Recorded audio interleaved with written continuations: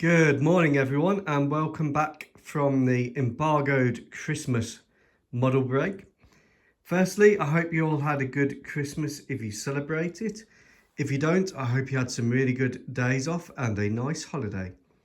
This is one of the few Christmases in recent history that I've not been at work. I've decided to stay at home. So yes, it hurts on the pay front, but it's nice to spend time with family. So what I'm going to talk about today is the Patriot versus the S-300 system. Now, I've done a video recently where I covered different doctrines, the doctrine of NATO air superiority and the Russian doctrine or post-Soviet doctrine of air denial. So I'm going to go into a bit more detail on that in relation to how it relates to these missile systems. Now, firstly, these are the What If Malagasy missile systems. Surface-to-air missiles defend against ballistic missile threats and against air threats. So I have taken the Malagasy air defences to the next level. They still operate some S-300s, which are on their way out, mainly because you can't get spares for them. You either have to upgrade to the S-400, which would upset Captain America and probably result in you being sanctioned to death. And two, because they are now old systems. So the Malagasy Defence Forces, What If 1 in 72, have recently acquired a load of Patriots, which are going with the Nasams launchers here. And I'll talk about what I'm doing differently, and then I'll talk about some theory. So firstly, let's start with the models, and I have covered these previously, so I'll keep it simple. These are 1 in 72nd S-300 components. Now, I can't get all the components. No one makes the clamshell low-level radar. So what we have here is we have the flap lid / tombstone / gravestone engagement radars, 2 of those, 2 batteries, 1 in moving position and 1 in firing position. So we have the launchers here, 8 launchers in total, 2 engagement radars, 1 per battery, and then we have the Big Bird surveillance radar and a couple of pantsirs to protect against harm missiles, cruise missiles, storm shadows, such of those type of missiles. We have the old command post because no one makes the new command post. So the kits, this is a toy that I repainted. This is a crane because the missiles need reloading. I can't get the support vehicles, no one makes them. So we have a model collect command post. We have a model collect Big Bird radar. This is very expensive. I had to import it from Canada, I think, because it's no longer available in the UK. We have the Panzerkampf SA-22 Panzer point defense system, very good system. We have another one here, which is a 3D printed one, not as detailed. The Panzerkampf one really does stand out, but it's almost £100, so I can't get many more of those. The batteries themselves and the engagement radar are from China. They are very simple kits. You need to add your own plastic for the windows there. So we have the dumb launcher. This is a dumb launcher. It doesn't have all of this gubbins on it. You always have a dumb launcher paired with a smart launcher. So dumb launcher here, smart launcher here. The missiles for the S-300 are cold launched, so they don't blast off. They go pew, pop out, and then they ignite. A key difference, and that protects the launcher. The Panzer, very important against targeting harm missiles, which are trying to destroy the radars. There's a couple of radars I cannot get. They simply do not make them in non-sanctioned countries, so you can get them from W model in Russia. The trouble is, because it's W model in Russia, you can't actually pay for them because of the sanctions and everything like that. So very difficult to get a decent clamshell on a tower, which is a real annoyance. The Patriot battery, these are a mix of kits. So we have Badger 3D printed Pack 2 launchers, and we have the Aoshima Pack 3 launchers. So I've got 2 Aoshima Pack 3 launchers, and I've got 4 Badger 3D printed Pack 2 launchers. The Badger ones needed some extra detailing. Thankfully, the Yashima kits come with enough spares to do that. So the Pack 3 is the new missile system. The Pack 2 is the old system. Now this is a Pack 3 CRI. So it's not the latest version, which is the MSE, it's the CRI. The MSE you can tell because it can have one single launcher on here, and it can have a combination of different models. The MSE is the latest standard. You can't get that 1/72. The Pack 2 has longer range, better against aircraft. The Pack 3 will take on your cruise missiles and to a degree ballistic missile threats, although you've got the theatre high altitude air defence system on top of that. So here we have the ALQ65 radar. So this is an upgrade from the 53. This is Badger 3D printed and modified and converted into the 65, which is the upgraded model. We have a generator vehicle. Now you cannot get a proper Patriot generator vehicle, and you cannot get the mast vehicle. So I've made my own mast system with a Badger 3D printed Unimog communications truck. That's the mast system, and that allows you to disperse these batteries up to 10 kilometers away from the radar. Now the Malagasy Air Defence Forces realised that the command vehicles and the radar are the crucial components that the enemy wants to knock out. This is a command vehicle here from Badger 3D printed. I've covered these in separate videos, so I'll keep it short. And this is a Centurion CRAM counter rocket artillery missiles. So incoming missiles designed to destroy the radar or drones, the CRAM will protect the radar and the command post against those threats. So very important that you have that. Now that's the same as the Pantsir, and the reason that you have to have the Pantsir with the S-300 is because HARM missiles need to be taken out before they can take out the radars. If you want to knock out a surface-to-air missile system, you target the radar, either the acquisition radar, Big Bird, or the flap lid, gravestone, tombstone engagement radar. So how this works, acquisition radar scans the area 360 degrees. Engagement radar picks up the track from the acquisition radar and controls the missiles to target. In the Patriot system, it's done all in one radar, either the AN-ALQ65 or the ANALE65, ANALE-53. So the 65 is a better version. Now the Patriot has a 120 degree scan azimuth. The Big Bird scans 360, and this is comparable to the Aegis system. This, you'll set it to your target area, and it's pencil beam radar, and it won't rotate, so it doesn't spin round like this. It's fixed. The Big Bird, this component here, spins round. Then to bolster the Malagasy air defence, they have the Nasams system.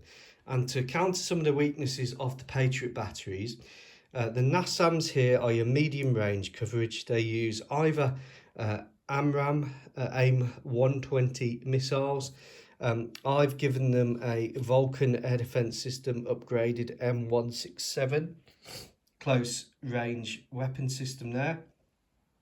The command post is here, and then I've made this optical sight unit from a fleet scale Sea Archer GPEOD targeting system. So the idea of this is that this will pick up optical things in a high jamming environment, allowing you to counter missile threats. I've also combined them with the ELTA IMEI radar system. This does spin 360 degrees, or it can be fixed, and that picks up and covers the weak points from the Patriot main radar.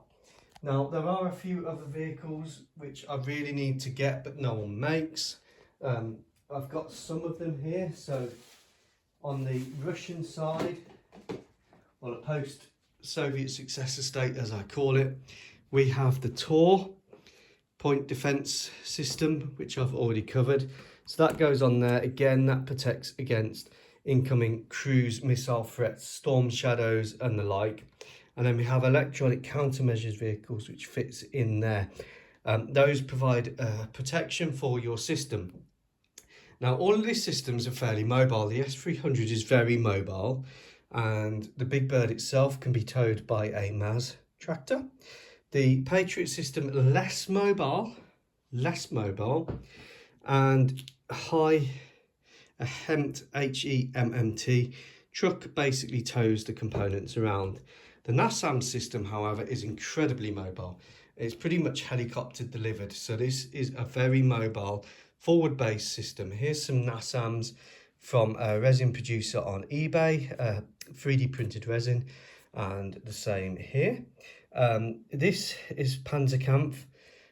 This is my own creation with fleet scale, and then I've modified a VADS system again for an optical targeting pod, generator from Butler's Printed Models, and the VADS is from Butler's Printed Models. Now, why would you want a VADS? Well, you want a VADS because you need to combat drone storms. The best way to take out a SAM system now is via a combination of harm type missiles, anti-radiation missiles, and drone swarms. So I've also got the Raytheon Coyotes, which I can add into the mix there. These are from a Badger 3D printed, and again that gives you the coverage of taking out those pesky drones. So currently the What If Malagasy forces use the S-300 mainly for protection of air bases, key target cities. They don't use the Tor, but the opponents in my What If world, the Malmatians, they use the whole lot. They use the Tor and the S-300 and the Pantsir. So the Malagasy What If forces are switching to the Patriot system, and I'll come on to why. So now let's talk about some theory, and I'm aware this video is very long, so we'll try and keep the end short. These are my personal opinions based on years of studying war. Nothing here is secret, nothing here is controversial. If you want to learn more about this, this is all openly available on open source. This is nothing new. It's not going to give anyone an advantage. If the Russians don't know this, well, you can assume that they do, because this is basics, real basics. Okay, so how does a radar work? Well, firstly, radar works by sending out waves, hit the target, come back and tell the receiving station where that target is, and the computers classify it.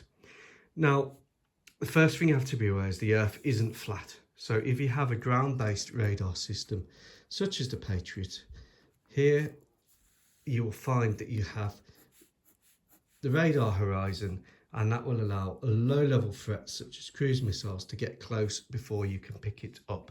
That is simple. Now, I believe that in Ukraine currently, the Patriot is being the most effective it has ever been, and I believe that is because of AWACS. So we all know about AWACS, AEWC, Airborne Early Warning Command and Control Systems.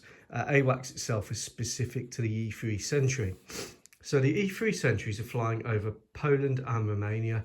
They are above the radar horizon. They are data linked into the Ukrainian Patriot batteries, and they are picking up the threats that the Patriot battery cannot see because of the radar horizon. When you are operating a surface-to-air missile system, you do not want your radar to be on all the time. If your radar is on all the time, you are likely to get a counter to your radar, whether it's a HIMARS, guided multiple launch rocket system ammunition, about an 80 mile range, or an ATACMS MIM 140, about 100 plus range. You are going to get a counter to it. So for this reason, I think the Patriot battery is being the most successful it's ever been in Ukraine, and that's because it's data linked into NATO AWACS. Now, I could be wrong. This is my personal opinion. So the S-300 has some clever ways to counter the radar horizon. And firstly, the post-Soviet successors, states, and the USSR, the Russians, they can mount the flap lid, gravestone, tombstone engagement radars on these towers. and they can mount the clamshell radar, which is a low-level radar, and they can mount them on towers. And obviously, if you mount them on the tower, what you're doing is you're expanding your radar horizon. The Patriot system has one major weakness, which they're countering with the new Patriot, and that is that it doesn't spin. It's not 360. The Big Bird is 360, and these tower mounted radars can be either 120 degrees or they can be 360 depending on the radar. So the Patriot on the ground has a very limited view when it's ground mounted, and what they are doing is they are adding, so here's your main radar on the Patriot, pencil beam radar, and they're adding small radars onto the back to cover these areas which it doesn't have. Now, I don't know whether the Ukrainians have been given the new radars. I expect they may have. So lastly, the main threats to surface-to-air missile systems are your counter-radar missiles. So you've got the AGM-88E HARM, which is the main NATO anti-radar missile. These are very fast missiles. They have to be fast because the radars will come on and go off, and you need to have a fast supersonic missile to reach out and touch them. The Russians and post-Soviet successor states have the KH-31. It's like a HARM, but it's even faster. Now, what I believe is happening in Ukraine is this, and this is my personal opinion, I could be wrong. NATO is operating airborne radars above the radar horizon, and they cannot be touched by the Russians. So here we have Mr. Sentry, and he's saying, ha ha ha. He knows that when he's flying over Poland or Romania, he is untouchable. If the Russians were to use long-range R-37M missiles and shoot down an AWACS over Poland and Romania, there would be a major incident and we would be on the path to nuclear war. Okay, so bear that in mind. Article 5 lands, NATO assets, Article 5, big bang. Now, I think that the reason the Patriot is being more successful in Ukraine than it was in, say, Saudi Arabia is because of the data link. So here is your AWACS. It's covering Ukraine. Oh, here's Russian cruise missiles. They're coming in. It tells them when they're coming in, activate the Patriot battery at the last minute, pick them up, detect them, fire a Nasams or fire a PAC-3 missiles against them. This is a massive asset that I believe NATO has brought to the game. The only way to counter this is for Russia to either bite the bullet and put us on the path to nuclear war, which they won't do, or to use a attritional strategy.